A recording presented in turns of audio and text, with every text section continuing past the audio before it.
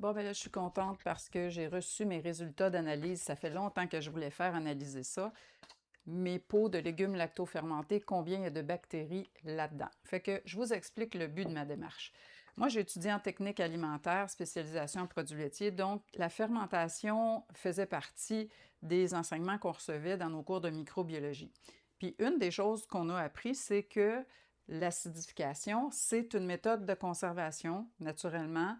Si on pense par exemple à quand on met des légumes dans des pots de marinade, de vinaigre, pourquoi les bactéries ne se multiplient pas? C'est parce que c'est très acide.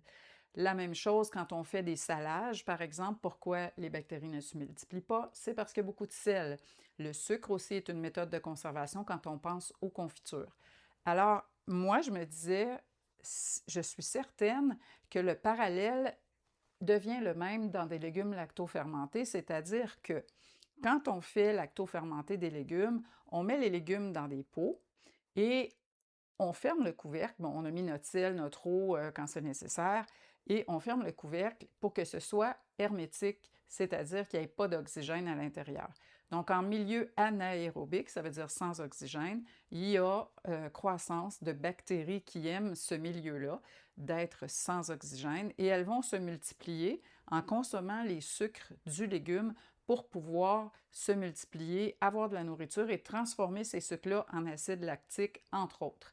Il y a plein de bactéries qui entrent en ligne de compte, qui font un paquet de travail en symbiose, mais ça fait en sorte qu'après quelques jours, disons une semaine, 2 semaines, ça dépend des légumes, on va avoir une acidité très élevée dans le pot. C'est-à-dire, ça peut jouer autour de 3,5 autour, là. Ça dépend encore une fois de la fermentation puis des légumes. Alors, on est dans quelque chose qui est au moins aussi acide que du vinaigre. Et l'objectif, quand on fait des pots de lacto, c'est quoi? C'est de les conserver sur le long terme. Donc, pour que ça se conserve, il ne faut pas que les bactéries mauvaises ou de dégradation aient envie de se multiplier là-dedans. Puis non plus les bonnes bactéries, dans le sens que, à un moment donné, il y a une limite là, à faire une acidification comme ça. Et les bonnes bactéries ne survivent pas dans des milieux très acides. C'est la même chose pour un yogourt. Quand on fait un yogourt, mettons, d'une belle acidité, bien, après un certain temps, les bactéries meurent parce qu'elles vivent dans un milieu acide et c'est difficile pour elles d'être dans un milieu aussi acide. Alors, avec toutes ces informations-là, moi, je me suis dit, je veux les faire analyser, je vais payer de ma poche l'analyse de laboratoire chez un laboratoire certifié. Là, inquiétez-vous pas, je n'ai pas choisi un petit laboratoire de fond de village là, qui n'existe pas de toute façon, mais moi, j'ai fait affaire avec une compagnie Eurofin chez qui toutes les usines qui veulent faire analyser leurs produits vont faire analyser là. Il y en a d'autres au Québec, mais ça, c'en est une. Alors, j'ai choisi un vrai laboratoire accrédité et j'ai reçu les résultats de l'analyse. Ce que j'avais envoyé comme pot de légumes lacto-fermentés, c'était des petites fèves jaunes, il y avait des cornichons, puis dans les fèves jaunes, il y avait d'autres légumes aussi, là, mais c'est pas important. Puis dans un autre, il y avait du kimchi avec la pâte de piment là, que j'utilise pour faire cette lacto-fermentation-là. Donc, j'avais les trois et j'ai demandé l'analyse aérobique et anaérobique. Donc, les bactéries qui vivent avec de l'oxygène, j'avais pas de raison de payer pour ça parce que techniquement, il n'y en a pas là-dedans. Mais j'ai dit, garde, je prends pas de chance parce que ça se peut que le monde me dise, ah, ben peut-être que. J'ai dit, garde, je vais faire les deux. Analyse aérobique et anaérobique des bactéries présentes. Alors, j'ai reçu les trois résultats que je vous donne sur le... Je vais vous mettre le lien si vous voulez.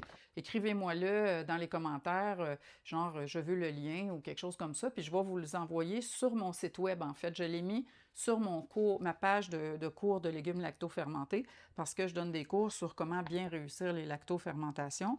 Puis je me suis dit, je vais mettre les trois résultats d'analyse sur cette page-là. Tout le monde va avoir accès d'aller regarder.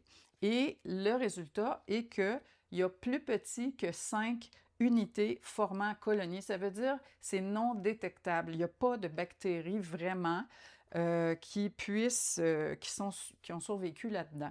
Puis là, vous allez peut-être me dire, ouais, mais tu n'as pas checké une bactérie spécifique. Mais je l'aurais fait s'il y avait eu un dénombrement compté. J'aurais dit, bon, ben, coudonc, je vais repartir je vais retourner d'autres légumes lacto-fermentés à faire analyser Puis là, je vais aller faire sortir quelles bactéries précisément. On s'entend que c'est moi qui les paye, les analyses, puis quand, tu sais, je veux dire, payer pour chacune des bactéries, c'est beaucoup plus dispendieux. Donc, moi, je me suis dit, je vais faire le total. S'il n'y en a pas, je ne paierai pas pour rien. Alors, c'est ce que j'ai fait. Donc, là, j'ai le total du comptage bactérien et il est pratiquement à zéro. En fait, on ne peut pas dire ça. C'est plus petit que 5 colonies non détectables. Fait que je vous suggère d'aller regarder ces informations-là, si vous ne me croyez pas, d'aller regarder les analyses. Et je sais que ça peut faire mal au cœur un peu de dire, crème, il y a plein de monde qui nous disent que ça ensemence notre intestin. Bon, écoutez, dans la première semaine que la fermentation a lieu, ben oui, c'est plein de bactéries. À ce moment-là, c'est plein de bactéries. Mais après, l'objectif, c'est de les conserver. C'est pour ça qu'on fait des lactos. C'est parce qu'on veut faire conserver nos légumes. Donc, moi, c'est dans mon armoire jusqu'à temps que je les ouvre. Une fois ouvert, je mets ça au frigo. Mais ça reste que si j'ai réussi à garder ça 1 mois, 6 mois, 1 an, 2 ans dans mon armoire, c'est parce qu'il n'y a pas de bactéries présentes ou pratiquement pas. Alors, c'est plate à dire, mais c'est ça. Je ne suis pas en train de dire que des lactos, c'est pas bon pour le microbiote. Tu sais, oui, il y a eu de la transformation des substances alimentaires qu'il y a dans le légume pour aider à la digestion. Pour certaines personnes, ça peut convenir. Pour d'autres, ben, il y en a qui n'aiment pas le goût, il y en a que ça ne leur change pas grand-chose, mais ça, c'est à vous de faire vos tests pour vous. Alors oui, ça a certainement un effet pour le microbiote, mais certainement pas d'ensemencer le microbiote. Fait que je sais que je risque d'avoir beaucoup de commentaires dans cette vidéo-là parce que c'est confrontant par rapport à ce qu'on est habitué de se faire dire, par rapport à ce que même certains grands spécialistes de l'alimentation vont nous dire. Et moi, j'ai vraiment voulu confirmer mon doute en faisant une analyse. Je me suis dit, si je lance une vidéo comme ça sans faire l'analyse, tout le monde va me dire que j'ai pas raison. Mais là, j'ai l'analyse en poche, fait que dommage, mais ça semble être la réalité. Fait que je vous laisse là-dessus. Puis, ben, gênez-vous pas si vous avez des commentaires. Je vous demande de rester respectueux, s'il vous plaît, parce que des fois, il y en a qui ont des petits commentaires un peu plates. Alors, je vous souhaite une belle journée, puis une belle année de fabrication de lacto. On est en pleine saison, là, on est au mois de juin, juillet. Et si vous voulez apprendre comment bien les faire pour les réussir, pour qu'elles se conservent longtemps, ben, j'ai mon cours qui existe. De toute façon, le lien va vous amener là si vous me demandez le lien. Fait que, bonne journée!